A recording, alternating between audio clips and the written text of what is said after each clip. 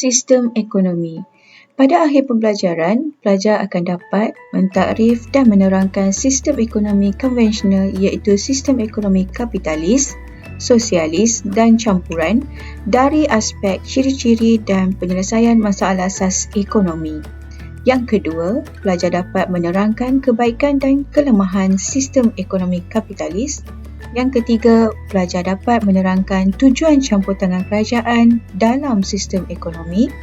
Dan yang keempat, pelajar dapat menerangkan sistem ekonomi Islam dari aspek ciri, prinsip dan objektif. Sistem ekonomi konvensional. Sistem ekonomi konvensional merupakan satu unit organisasi yang menyelesaikan masalah asas dalam sesebuah sistem ekonomi. Sistem ekonomi konvensional terdiri daripada sistem ekonomi kapitalis, sosialis dan campuran. Sistem ekonomi kapitalis juga dikenali sebagai sistem ekonomi laissez-faire. Tidak terdapat sebarang campur tangan kerajaan dalam semua keputusan ekonomi. Pengeluaran barang dan perkhidmatan ditentukan oleh kuasa permintaan dan penawaran pasaran.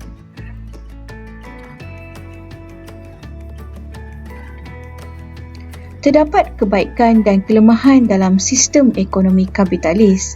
Antara kebaikannya ialah memaksimumkan kepuasan pengguna, menggalakkan persaingan, menggalakkan perkembangan teknologi dan reka cipta, kebebasan dalam melakukan kegiatan ekonomi bagi pengguna dan pengeluar, pasaran memberikan maklumat yang tepat kepada pengeluar. Antara kelemahan dalam sistem ekonomi kapitalis pula ialah kegagalan dalam menyediakan barang awam, ketidakstabilan ekonomi, ketidakadilan dalam agihan pendapatan, mewujudkan monopoli dalam pengeluaran dan kesan luaran negatif atau externality negatif. Penyelesaian masalah asas ekonomi dalam sistem ekonomi kapitalis terbahagi kepada 4, iaitu masalah apa, berapa, bagaimana dan untuk siapa. Masalah apa jenis barang yang hendak dikeluarkan bergantung kepada kuasa permintaan dan penawaran pasaran, iaitu mekanisme harga. Masalah berapa banyak barang hendak dikeluarkan juga bergantung kepada kuasa permintaan dan penawaran pasaran.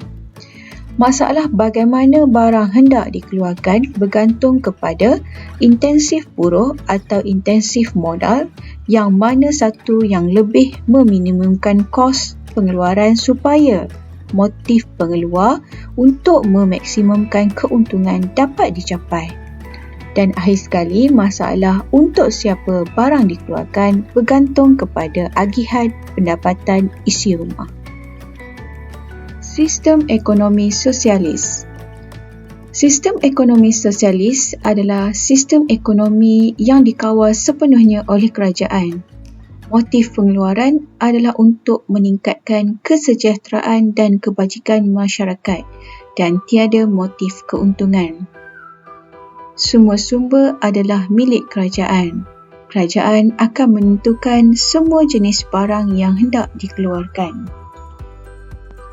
Kebaikan dan kelemahan sistem ekonomi sosialis. Antara kebaikan sistem ekonomi sosialis adalah keagihan pendapatan adalah saksama, penggunaan sumber ekonomi yang cekap, matlamat sosial sentiasa diutamakan, keadaan ekonomi lebih stabil, harga dan kos pengeluaran yang rendah. Antara kelemahan sistem ekonomi sosialis pula adalah kehilangan kuasa untuk memiliki kekayaan, pekerja kurang motivasi dan inisiatif untuk kerja kuat, pembaziran sumber dan pentadbiran kurang efisien kerana wujudnya birokrasi. Sekarang kita lihat pula bagaimana sistem ekonomi sosialis menyelesaikan masalah asas ekonomi. Seperti yang pelajar telah pelajari pada awal bab, masalah asas ekonomi terbahagi kepada 4, iaitu masalah apa, berapa, bagaimana dan untuk siapa. Bagi masalah apa jenis barang yang hendak dikeluarkan, ia ditentukan sepenuhnya oleh kerajaan bergantung kepada keperluan untuk meningkatkan kebajikan rakyat. Masalah berapa banyak barang yang hendak dikeluarkan juga ditentukan oleh kerajaan. Masalah bagaimana barang hendak dikeluarkan, ia bergantung kepada cara atau kaedah yang sesuai dan selaras dengan matlamat ekonomi negara. Dan akhir sekali, untuk siapa barang dikeluarkan adalah untuk semua rakyat bergantung kepada keperluan isi rumah. Sistem ekonomi campuran.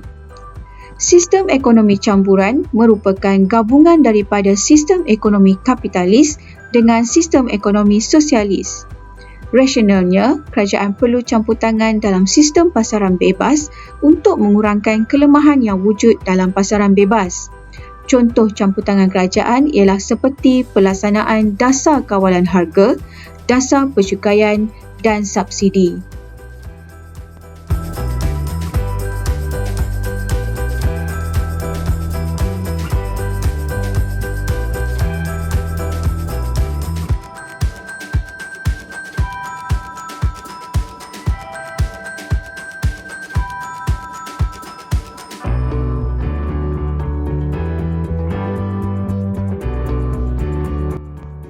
Antara kebaikan sistem ekonomi campuran adalah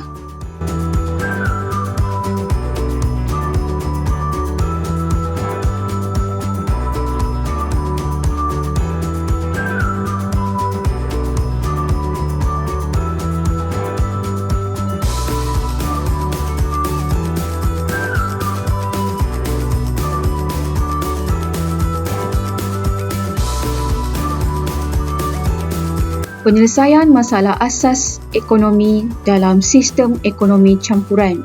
Masalah yang pertama iaitu masalah apa jenis barang yang hendak dikeluarkan ditentukan oleh mekanisme pasaran. Tetapi sekiranya wujud kelemahan iaitu sama ada membebankan pengguna atau pengeluar, kerajaan akan campur tangan. Masalah berapa banyak barang yang hendak dikeluarkan juga ditentukan oleh mekanisme pasaran dan juga kerajaan. Masalah bagaimana barang hendak dikeluarkan bergantung kepada teknik pengeluaran yang paling cekap sama ada intensif buruh atau modal. Dan akhir sekali, masalah untuk siapa barang dikeluarkan bergantung kepada agihan pendapatan isi rumah dan pada masa yang sama, kebajikan masyarakat tidak diabaikan. Tahukah pelajar apakah tujuan campur tangan kerajaan dalam sistem ekonomi? Antara tujuan campur tangan kerajaan dalam sistem ekonomi campuran adalah mewujudkan kestabilan ekonomi, menyediakan barang awam, mengelakkan amalan monopoli, merapatkan jurang perbezaan pendapatan, menghapuskan kesan luaran negatif dan mengawal aktiviti pengeluaran yang bertentangan dengan undang-undang. Antara bentuk campur tangan kerajaan dalam sistem ekonomi campuran adalah mengenakan peraturan dan undang-undang, menentukan tingkat harga, percukaian dan subsidi. Sistem ekonomi Islam. Sistem ekonomi Islam merupakan sistem ekonomi yang berlandaskan hukum syarak dengan menjadikan Al-Quran dan Hadis sebagai sumber rujukan. Contoh negara yang mengamalkan sistem ekonomi Islam ialah Arab Saudi dan Mesir. Prinsip sistem ekonomi Islam. Sistem ekonomi Islam mempunyai 4 prinsip utama iaitu hubungan manusia dengan pencipta, hubungan manusia dengan manusia, hubungan manusia dengan alam sekitar dan tanggungjawab manusia sebagai pemegang amanah terhadap sumber ekonomi. 4 objektif utama sistem ekonomi Islam pula adalah untuk mendapat keredaan Allah Subhanahu Wa Taala, keadilan, kecekapan menguruskan sumber, kesejahteraan dan kebajikan masyarakat. Ciri-ciri sistem ekonomi Islam. Yang pertama, objektif pengeluaran. Pengeluaran adalah untuk mendapatkan keredaan Allah. keseimbangan antara kepentingan individu dan masyarakat dari segi keuntungan dan kebajikan. Ciri yang kedua, pemilikan sumber. Bebas memiliki sumber dan harta secara adil, halal dan tidak bertentangan dengan hukum syarak. Ciri yang ketiga, ekonomi tanpa riba dan spekulasi. Ciri yang keempat, dari segi persaingan, persaingan perlulah sihat, adil dan saksama. Penipuan dan riba adalah dilarang. Ciri yang kelima, agihan pendapatan. Sistem zakat digunakan untuk mengagihkan pendapatan secara adil antara golongan kaya dengan golongan miskin. Ciri yang terakhir, kaedah membuat keputusan. Keputusan perlu dilakukan berdasarkan syariat.